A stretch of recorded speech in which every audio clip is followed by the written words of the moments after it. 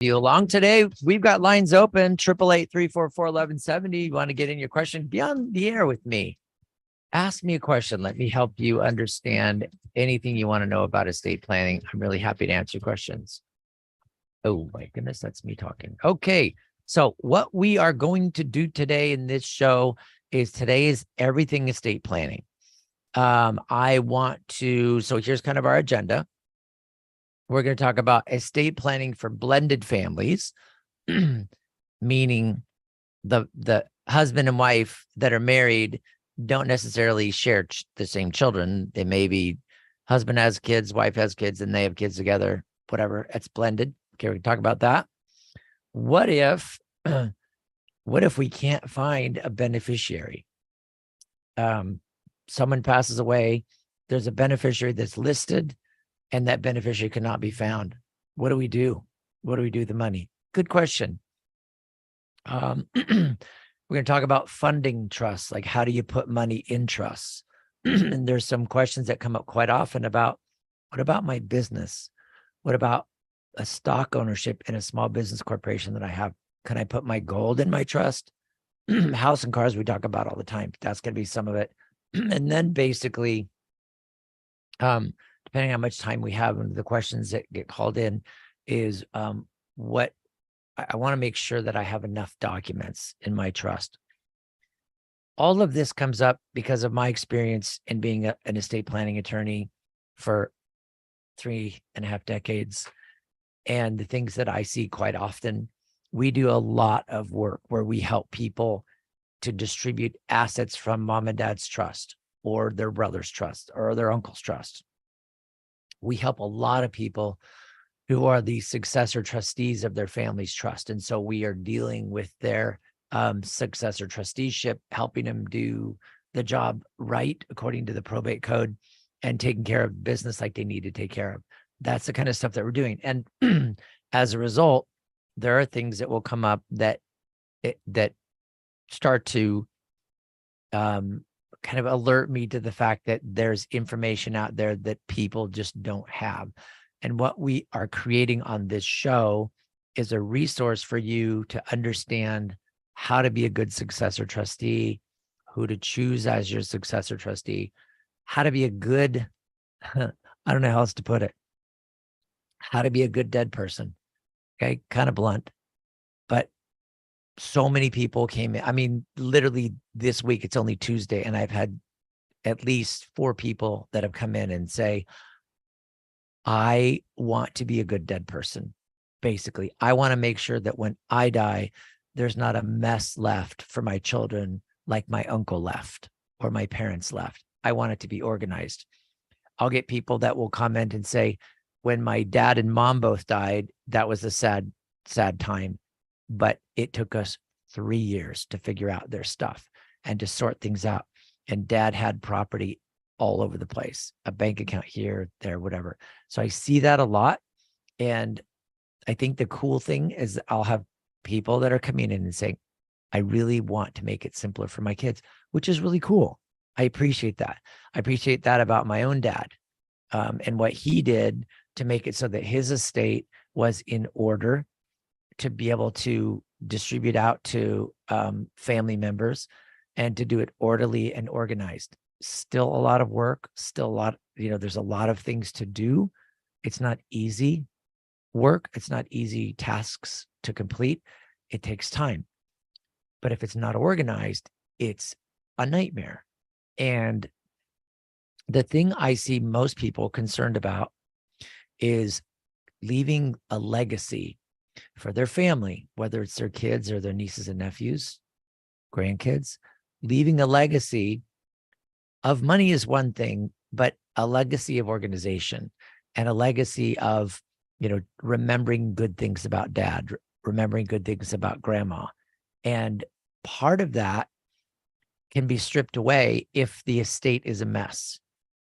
And then you have infighting and you have issues and problems. I deal quite often with families where there's a huge misunderstanding of what was supposed to happen, where one of the parents or both of the parents will say, okay, when we die, our son gets the house because whatever reason, he has more kids, he has fewer kids, he has a good job, he has a poor job, he's whatever, but they've made some decision. And then when the estate plan gets done, so many times I see these really awful estate plans that are done poorly, that just by looking at the documentation, I'm reading through it, just like cringing, like, really, who put this garbage together? Misspelled words, sentences it's not proper grammar, abbreviated distribution, just like a really crummy cut and paste job. And when I see a trust like that, and the distribution is kind of clumsy or not what I call natural. In other words, you have 4 children and everything's going to one kid, and then you have this really sloppy paperwork. What does that do? It gives you no confidence in whoever put together the paperwork. It's just sloppy. It's messy. It looks like, well, that person didn't know what they were doing. They hired an incompetent person or incompetent looking by paperwork person. So it must not be done properly. Okay. And you don't believe that until it actually happens. But when I have estate plans that I read through and they're just sloppy, it just, to me, it's like, if you can't write properly and you can't say things legally and legitimately, and you can't say things to make it clear on what you want, your attorney or whoever's preparing your documents can't do it properly. It just gives the appearance of incompetence or incapability or sloppiness or lack of paying attention to details. And I think those are some of the things that give me pause. If somebody comes in and says, yeah, I want to do, administration. My brother and my sister are all up in arms. They're all mad because I'm inheriting property and they don't think that should have happened. Here's the trust. And it's just like junky. It's disorganized. It's cut and paste. It almost looks like, is this really the original? That's the kind of stuff that will get you in litigation, in a fight. Because when there's money, there's fights. When there's money, there's problems with family relationships.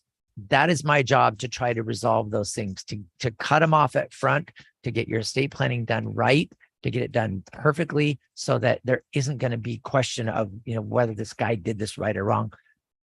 I'd love to help you with that. 855-500-TRUST is my number. Give me a call. Get a free consultation. 855-500-TRUST here on the Word on You Wealth. don't need to know everything. You just need to know where to find answers you can trust when you need them. Welcome to the Word on Wealth with Gary Quackenbush. We're here to help you build, protect, and transfer everything you've worked hard for with expert estate planning, trust administration, inheritance, and probate. Call Gary and the team at gqlaw.com. 855-500-TRUST. You're saving and investing for the future, and that's good. Have you ever stopped to think, where does my money actually go? This is Faith-Based Investing with Anthony Wright. Most Christian families don't understand this one thing. The money that you're saving for retirement helps fund the abortion industry as well as other liberal anti-family causes. It's the sad, dirty little secret of American investing world. And here's the good news, though. You probably also didn't know that just a few minutes of your time and we'll screen and clean your investments for you. There's no cost, no obligation. Learn the truth about your own investment mix. Then the choice is yours. Remember, the word says, when you put money in the hands of the righteous, the people rejoice. Well, we also are fiduciary investment advisor representatives. That means that our firm makes a pledge to always act in your best interest. Go to BibleSafeInvesting.com.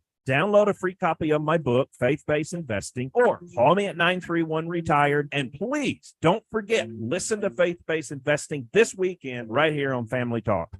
So, Gary, we've talked a long time about estate administration. So what is that, and why is it important? Estate administration is the distribution part of estate planning. So when someone passes away and they leave money to beneficiaries, the property has to be administered. So it's like taking it from the decedent to the survivor. That's called the estate administration process. So usually you're going to have a successor trustee that's named in the trust, so have no idea what they're doing because they've never done it before. So then they call on GQ Law and we walk them step by step on how to be a successful and good successor trustee.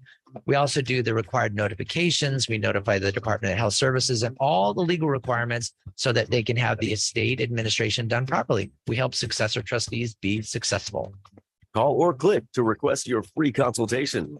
gqlaw.com, 855-500-TRUST, gqlaw.com. Who will you trust with the biggest financial decision of your lifetime? If you're planning to buy or sell a home in San Diego County, do what I do and work with the true San Diego real estate experts. Ken Pecos and the Pecos Group helped me and my family. They can help you.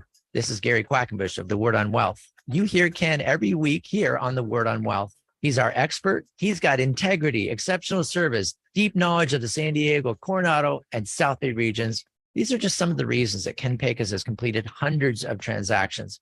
He manages a powerful team of professionals at the Pecos Group, from single-family attached homes to luxury high-value waterfront properties to apartment buildings.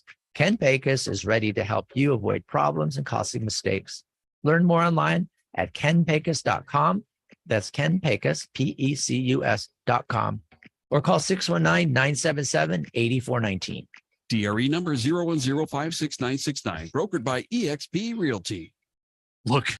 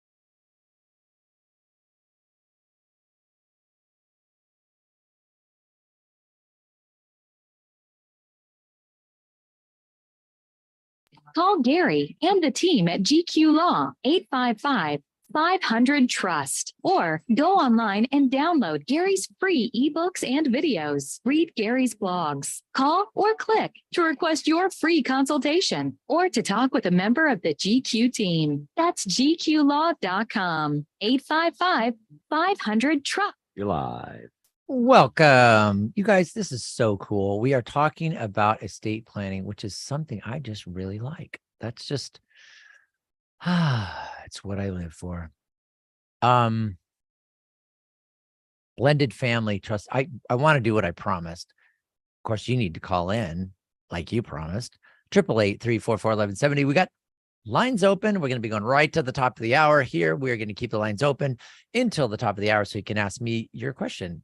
888-344-1170. Blended families. Probably most of the estate plans that I prepare in my world consist of blended families, meaning mom and dad, or we're just going to use terms husband and wife. Okay. Husband and wife. It may not be their first marriage. And it may be that in their prior marriages or prior relationships, they had children. That's a blended family. So you may have husband and wife, and it's husband's kid or wife's kid, or one, or there's husband has kids and so does wife. And maybe they have kids together, or maybe they have stepkids or whatever, but that's the blended family thing. And here's what happens. And we all know this is like, it's intuitive. Okay. When you have family situations, when there's a blended family, so bases can be like stepchildren. So then you have stepbrothers and stepsisters. Step means it's just by marriage. There's no blood there. There's no relationship there. It is because husband and wife decided to get married and they became the step to the other person's children, and the other person's children became steps to the other person's children. Okay. So step. It's all related by marriage. Okay. If that marriage then breaks up, those steps are just gone. So maybe this stepbrother or stepmother that you had some relationship with, well, after a divorce, it's over. It's done. You're not steps. You're not related to him at all. We got that. That makes sense. What about at death? Okay. So you have that a very similar situation. The marriage ends at death. The marriage is going to end in divorce. It's going to end in death, one way or the other. So the husband dies, and now mom is the stepmom, and mom's kids are the stepkids, at least to you if you're dad's kids. So that step relationship, it's over again because you're no longer step because your dad died, and and his wife's children are not related to you because the marriage ended at death. So we have to deal with those things. And what happens is, now let's look at dad dies, husband dies, wife's the survivor, and she has her 2 children. Deceased husband had his 2 children. The 2 children of husband loved stepmom like their own and just this wonderful, great person. And then years go on and years go by, and the stepkids to her spouse, what happens with that relationship? Sometimes that's hard to keep up because it's not a blood relationship. So that may wane, or it may get bad, or it may have been bad the whole time. So now can surviving spouse, can she now go and modify the trust to cut out her husband's children? Well, it depends on how your trust was set up. And if you're not careful and you're not thinking about it, the surviving spouse, whether it's husband or wife, surviving spouse may have the right to change the trust completely and make it so that any property that you had when you die will not go to your kids. It's going to go to your surviving spouse's children. And that may or may not be what you want. But those are the things that we need to talk about. So when we are talking about blended families, I think it is worth a whole bunch of caution to talk about tough situations. Like, what if husband dies first? What if wife dies first? Should the survivor have the ability to amend the entire trust? Or should the trust become irrevocable on the first death? A lot of people are concerned about, if you make the trust irrevocable on the first death, then the surviving spouse, unable to amend or change that trust, what happens to them? What if they, is that fair? Well, even in an irrevocable trust, the half of the property that belongs to the surviving spouse, it can be typically pulled out of the trust. That doesn't revoke the trust. It just takes, that surviving spouse's share out. Example, if there's community property in a trust, husband dies and wife decides she doesn't like this trust anymore. Well, if the trust is irrevocable on the first death, that would mean that she can't revoke that trust. But half of the community property was hers. Okay, I'm just going to call it joint property. I don't want to get into community property rules, but half of that property was hers. She contributed it to the marriage. He contributed his half. He died. She can still work with her half, even though the trust says it's irrevocable. Her half of the property can still be used for her.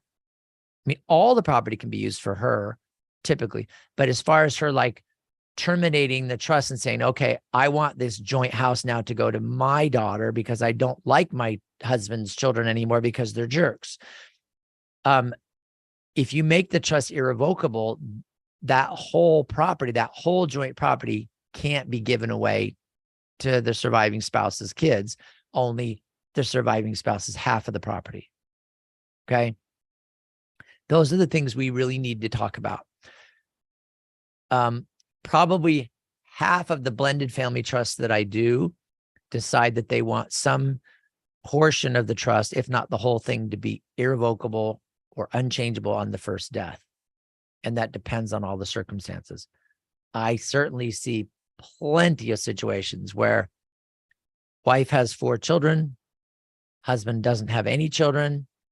They've been married for 20 years. Husband believes and feels like wife's children are his, loves them. And basically so many times Husband just says, yeah, of course. When I die, I want it to go to my wife's kids. I love them like my own. But yeah, I want them to go to her kids. No problem. Do we need to make the trust irrevocable on the first death? Not necessarily. So it's all about your own individual situation. By the same token, I've had exact same scenario. Husband, no kids, wife, 4 kids, or whatever. And we talk about, okay, husband, when you die, what do you want to have happen with your share of the property? And sometimes the answer will be, I want immediately on my death, basically immediately, I want my property to go to my children. Is that okay with wife? Depending on the wife, does the wife have enough money at husband's death? Good question. That's what we have to figure out. But a lot of times the trust will say irrevocable on the first death, but wife has, because we're assuming husband died first, but wife has the ability to access the money for health, education, maintenance, support, lifestyle maintenance. That's available to her, all the money that's in the trust. Okay. And because it's all in the trust, she can use it while she's alive, but she can't just give it all away. Like tell her kids to here, take this and run to Canada. That's not going to happen because we've got some protections built in. But can you see the issue? We really need to talk about those questions. And I don't want to overly complicate it. Some people just want to make it super simple, but I think those are issues to discuss. Why am I saying this? Because when you come to me, your kids come to me and say, wow, that was awful. Mom died, 3 years ago, dad just died 6 months ago. And for the last 3 years, it's been a living, because dad's children have been kind of trying to eat our flesh. And it's been a horrible thing because there's this revocable trust. And now mom, before she died, went and amended it because the husband's kids were so awful to us. So, sometimes you got to really have those conversations and figure out, what needs to be done, what should be done, what should you ignore. That's where we're going with that. Okay. So blended family trust, you can do these things called Q-tips, which are cool. If you want help with this, I would love to be your guy. 855-500-TRUST. Let's go over this. Free initial consultation for all my listeners. All you got to do is call up and say, hey, I heard Gary talking about this stuff on the radio. I'd like a consultation to set up an estate plan, talk about estate planning with him. 855-500-TRUST. Q-tip trusts are one way that we deal with it. You basically make it so that on the first death, the house goes into its own separate little trust. House is available for the surviving spouse to live in for however long. And then when the surviving spouse wants to sell, wants to move out, or dies, then that little trust with a house in it does its certain thing, and then the rest of the trust can do something else. So those are some type of a mini trust or a sub trust that we can set up. We also, a lot of times, we'll do separate property trusts. We'll literally say, husband, you do your own trust, wife, you do your own trust, and we'll have them reciprocate.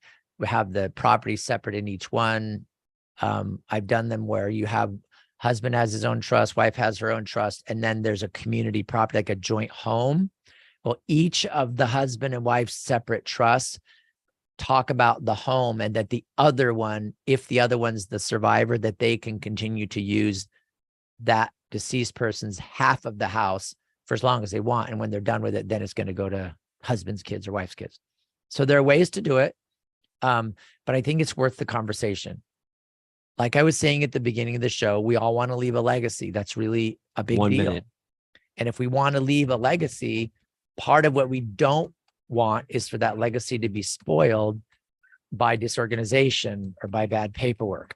And I'm not trying to be like this awful monster about, if your work is sloppy. I just don't like sloppy work. I mean, think about it. I mean, if you say you can't judge a book by its cover, I say, well, you certainly make judgment calls by a book's cover.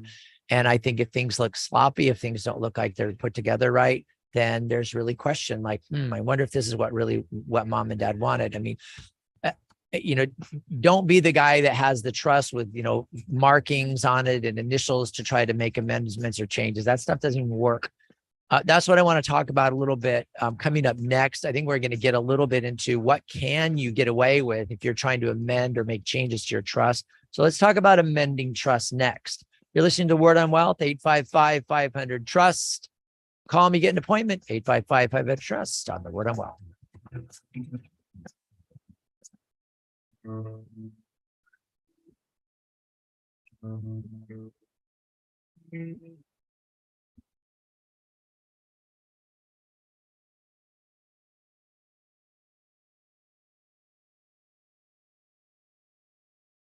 Early.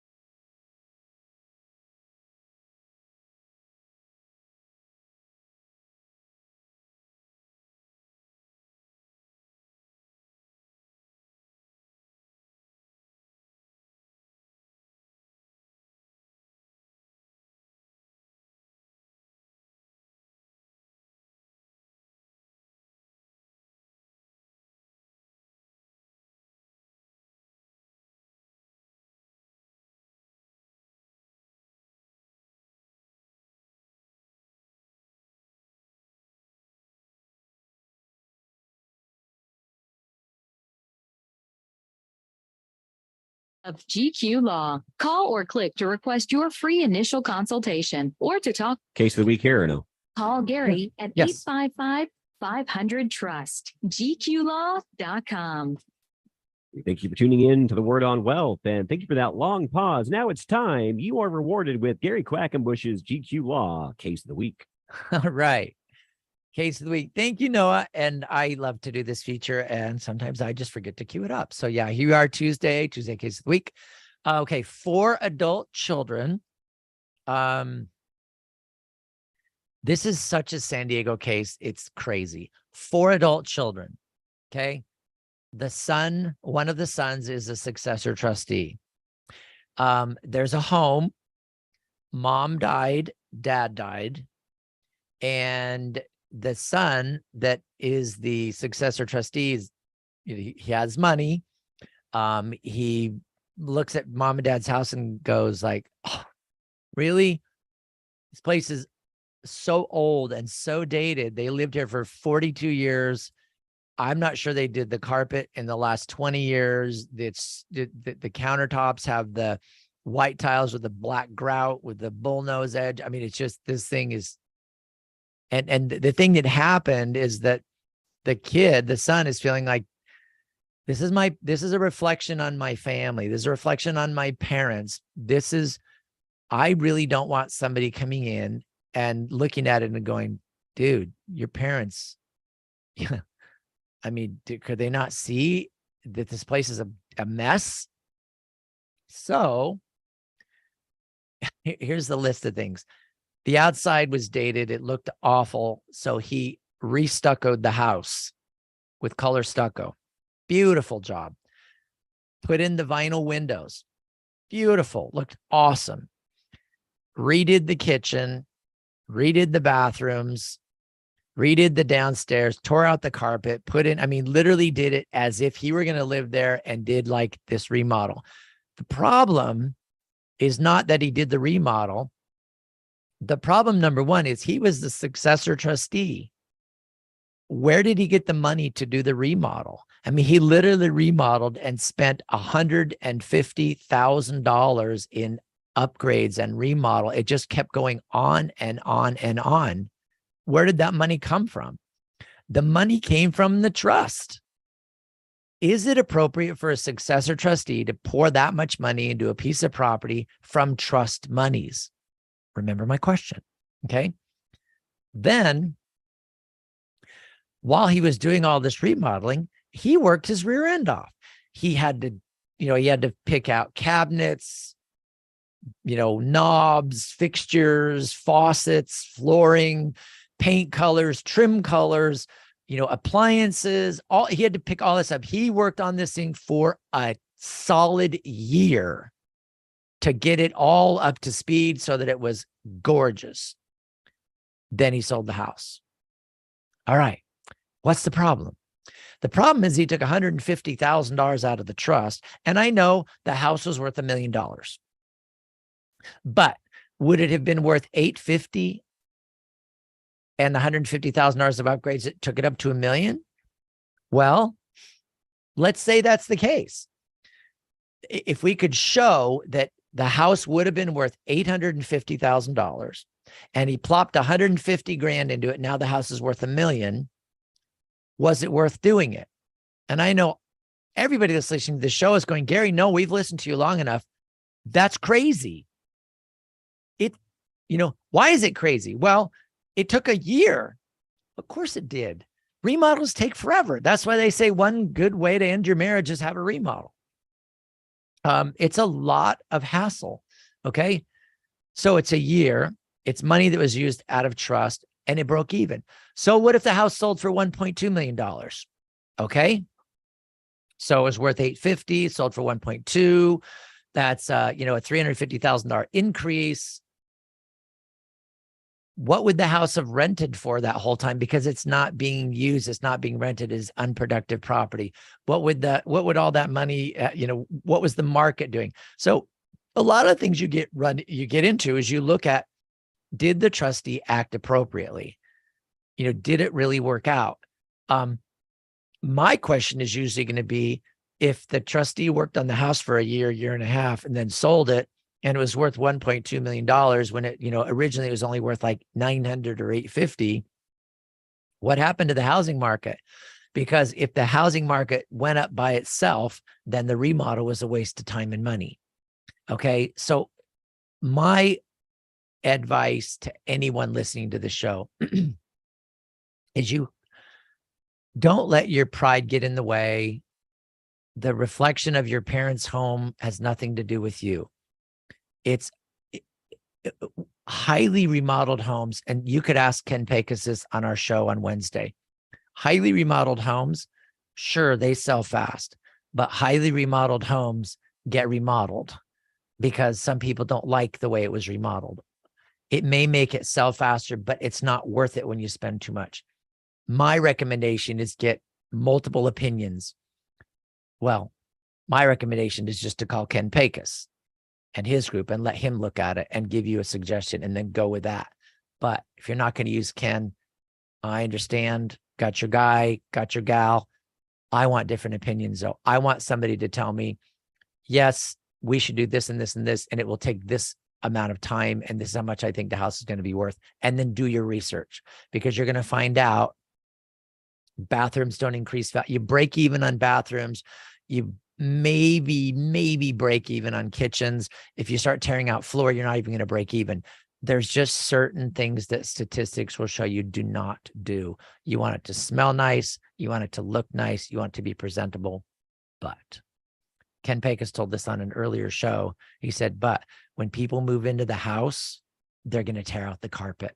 They're going to put in flooring, or they're going to put in their own carpet. So why would you spend, $36 a yard on gorgeous carpet that you would love to live in? It's not going to happen. I mean, I bought my second home, and I'm this kind of guy though. I bought my second home and I went through and went, oh, I don't like these sliding glass doors. It's a 16-foot long closet with 4-foot sliding mirror panels. Okay. 1980s house, right? Classic. Love that mirror. The first thing I did is I walk in and I go, you see, those could come down. I could put a built-in dresser here. I could build this wall here. I'm measuring it out. I'm like, dude, Gary, you're buying a house and you're already thinking of the remodel. I'm sorry, that's me. I don't need double doors into my master bedroom. I could turn one of those doors into a regular 30-inch door, and I could use this here for, I'm going to do a double. So but that's me. And I want to do this. I want to do that. And I'm going to do this. So I look at it initially, and it wasn't bad. It wasn't awful, but it was just like something I wanted changed. That's the way we'd buy houses that are not brand spanking new. All right. So as a trustee, do not fall into the trap of thinking that you're going to be this great investment advisor and you're going to go and you're going to invest in this house all this money, because the actual scenario that I'm talking about in this case of the week, the actual scenario happened in 2007, and the marketing really took a dive. So what had happened is the client spent over $100,000 in upgrades, and the price value of the house dropped almost $100,000. He was $200,000 to the bad because he failed to predict the market properly. He took over a year and a half to do the remodel, and he spent $100,000 of trust money. The judge was not very happy. The judge is looking at like, you spent trust money on a speculative project. Bad idea. Surcharged. So he had to pay he had to put money back in the trust. And that's where the litigation comes in. That's where the fight comes in. It's like, whose fault is it? Was it fair for the successor trustee to risk that trust money? Shouldn't he have put it in something better? I mean, that's the way it goes. So that's my case of the week, guys. Don't go crazy as a successor trustee. It's not your money. It's the trust's money. Get professional advice that's going to help you maximize value. Here's the suspicion. If you're putting, especially, and I've seen this, which really is, you just got to really just watch yourself. I've had people where the successor trustee is one of two people that are getting the house, right? So it says successor trustee and sister, you get the house, and all the other property goes to the other beneficiaries, whatever. And then during the trust administration, sister, future owner of the property, trustee, is pouring all this money into the property to get it upgraded, to get it update, or this might even be happening while sister's living in the house, helping take care of mom. She's pouring all of mom's money into the trust, but mom needs a new kitchen. But mom needs new flooring, but mom needs a new bathroom. This house is so old and musty. We need to upgrade it for mom so she'll be happy. There's always this raised eyebrow from the other beneficiaries saying, no, wait a minute. You're putting all that money into the house because you are, quote, doing things that mom needs. Does mom really want this stuff, or does she care? She's been in the house for 40 years. Or are you pouring mom's money into this house because you're going to inherit it? So you got to be careful with that stuff. You got to use wisdom. You got to get professional advice. If it's the realtor that advised you improperly, then you've got somebody to kind of take some of the blame or pressure. If it's you, the successor trustee, that made it all up and this was in your mind and this is what you thought was the best, unless you are a realtor or a professional money advisor, that's what you do for a living, don't be the one that's speculating on value. Successor trustee's job is to figure out what's in the trust and get the money to the beneficiaries. This is the Word on Wealth. Give us a call at 888-344-1170. Get your free consultation at 855-500-TRUST or go to my website, gqlaw.com. Do it, gqlaw.com. Coming up, more work on Word on Wealth. You don't need to know everything. You just need to know where to find answers you can trust when you need them. Welcome to the Word on Wealth with Gary Quackenbush. We are here to help you build, protect, and transfer everything you've worked hard for with expert estate planning, trust administration, inheritance, and probate. Call Gary and the team at gqlaw.com. 855-500-TRUST. Gary, your team at GQ Law are experts at solving IRS and state tax problems. Talk about that. When people have a tax problem, it tends to really stress them out. And one of the things we've been able to do is figure out how to resolve tax problems. One thing we might be doing is setting up a payment plan or getting a collection delay, maybe getting a determination that the person shouldn't have to pay the taxes at all. We do offers and compromise. We do audit reconsiderations. And one of the things that's a really powerful tool that some people don't recognize is sometimes bankruptcy can be used to actually eliminate taxes when there's certain conditions of the code that are met. So we can do all kinds of things. After we analyze your situation, we can figure out what's available, discuss your options, and figure out which ones to implement, what it's going to cost, how long it's going to take. And we can get people out from under all kinds of tax problems so they can sleep again. That's our goal. Request your free initial consultation. gqlaw.com. 855-500-TRUST. gqlaw.com. Dennis Prager here, and I say hooray for second.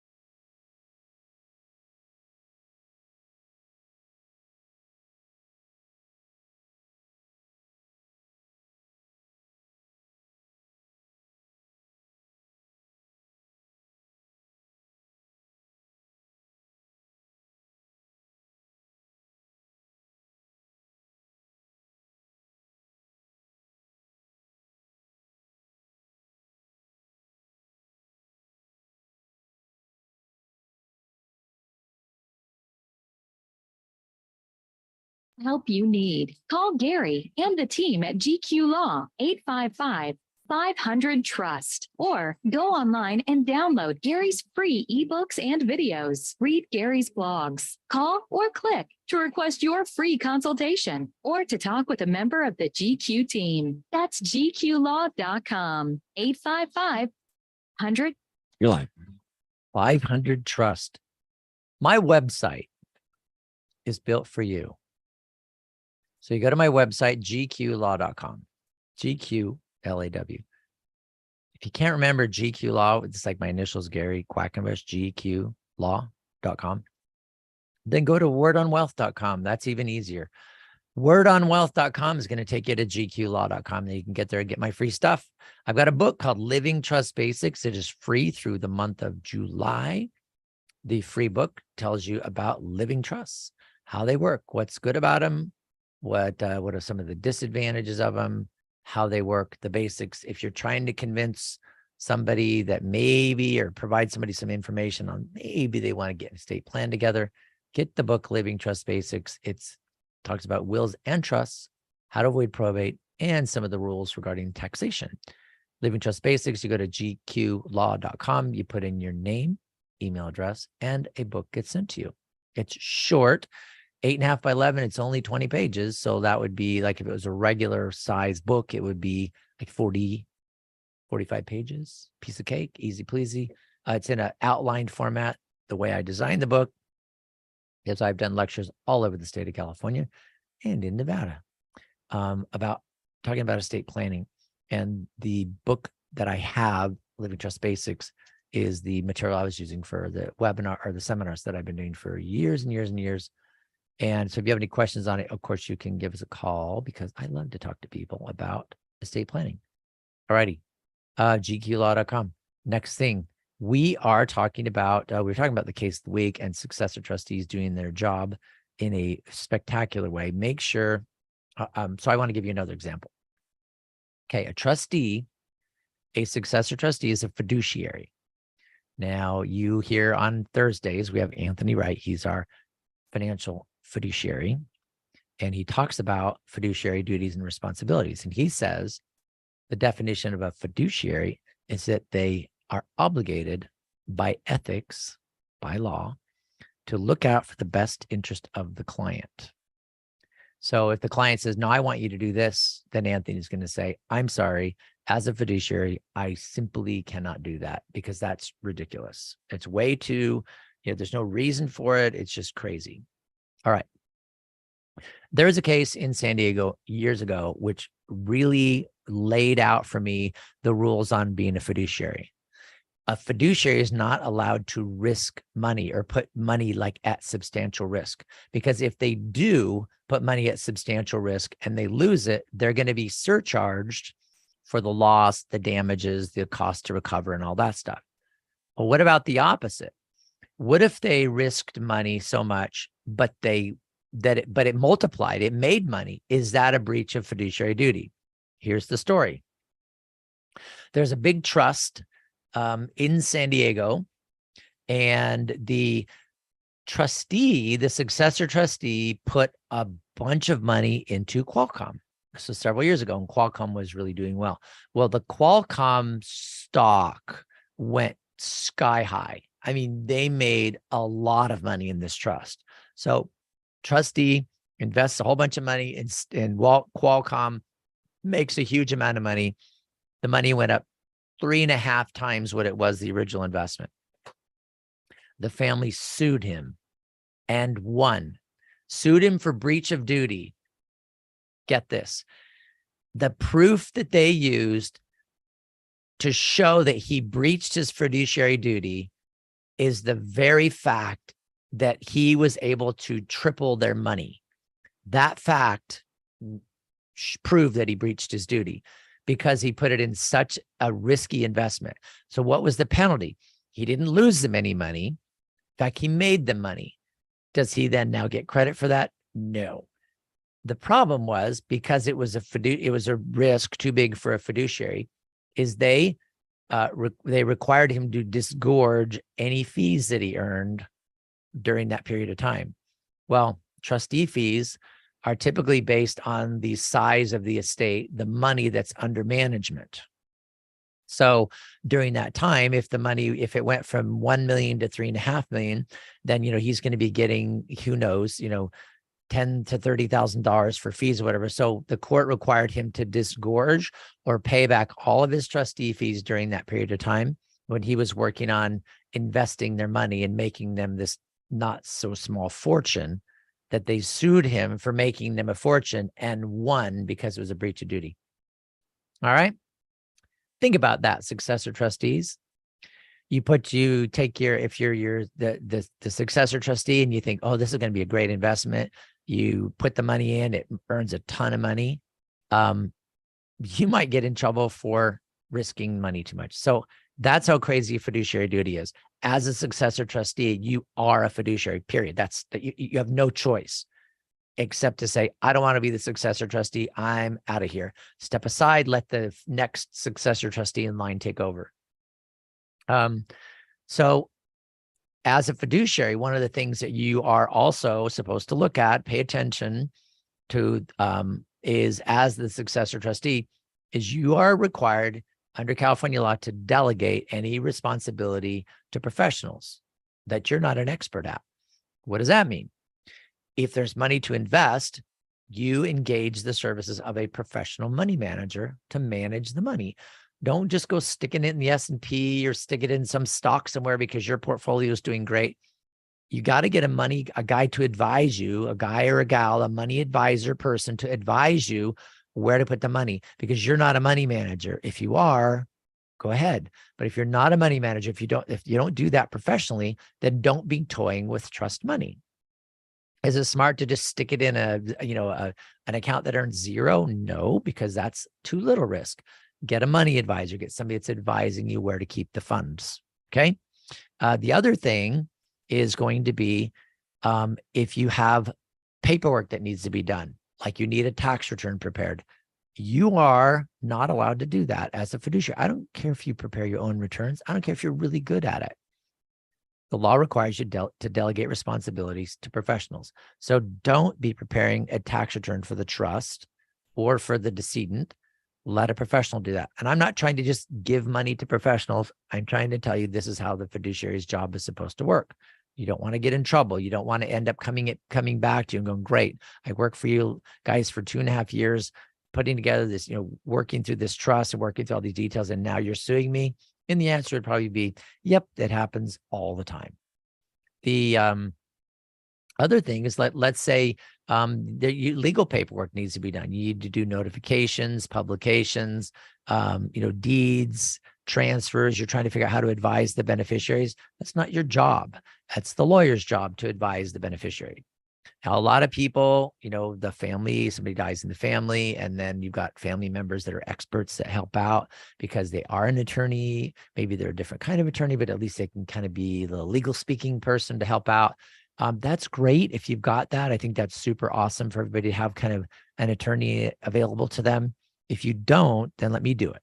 I'd be happy to talk to you, free consultation. I do that for all listeners. You just call and say, I heard Gary talking about this. I need advice on how to be a good successor trustee, and call my number 855-500-TRUST. So 855-500-TRUST, or go to my website, GQ, like Gary Quackenbush, GQlaw.com. And you get a consultation there. Just like you click on the button that says, I want a free consultation, give us your information, we'll call you. You get my free books while you're there, Living Trust Basics, The Tax Bankruptcy. It's a newer book that we have on there. It's pretty good. It talks about tax problem solving, including maybe the ability to wipe out taxes in a bankruptcy. Super cool if you're really needing that. Of course, it wouldn't be you. It might be a friend or now relative or neighbor, but help people out. Get that book, get it downloaded, send it to them, or put their name in. And then I've got another book on there. Have you ever thought about doing an LLC? Like, what is an LLC all about? People talk about them all the time. I got an LLC. That's where my rental property is. No, that's probably a good idea. So I have a book called Accidentally Self-Employed. So the subtitle is, do I need an LLC or a corporation? It talks about corporation, LLC, limited partnerships, sole proprietorships, compares how they are formed, how they are managed or governed, and the taxation of each one. So that's another one of my short books. I should call them shooks, I guess, but they're short books. That's Accidentally Self-Employed. Funny title. That's because when I became self-employed, when I opened my own business, it was like an accident because I was working for a firm and I thought things are great until the boss interviewed me and said, okay, I've had you terminate of the 6 attorneys, 1 minute. I had to release 3 of them. And then that means there were 3 left. One of them was me, and one of them was the owner of the company. So I became accidentally self-employed when I had to let myself go as well, as one of the people in the firm. Anyway, so that's partly is my story, my little brief. This is what happened to Gary's story. That's Accidentally Self-Employed. All that stuff is available on my website, gqlaw.com. And there's free stuff. There's a tab that says free stuff, videos, stuff like that. And you can get a guardian designation. So just in case you're traveling and you go, whoops, we forgot to do a will or a trust, and we're traveling and we have our minor children. What if we don't make it back from this trip? Well, before you leave, please do a guardian designation. It's for free on my website on the free stuff tab. It's at gqlaw.com. Get your estate plan done before you go. Call us 855-500-TRUST. Call us. Let's get it done before you go. If you have a couple of weeks, we can do it. Just call us up. Tomorrow, Ken Pecos, the man, the real estate guru, coming up on the Word on Wealth tomorrow with Ken Pecos. Bye, everybody. Have a good rest of your day.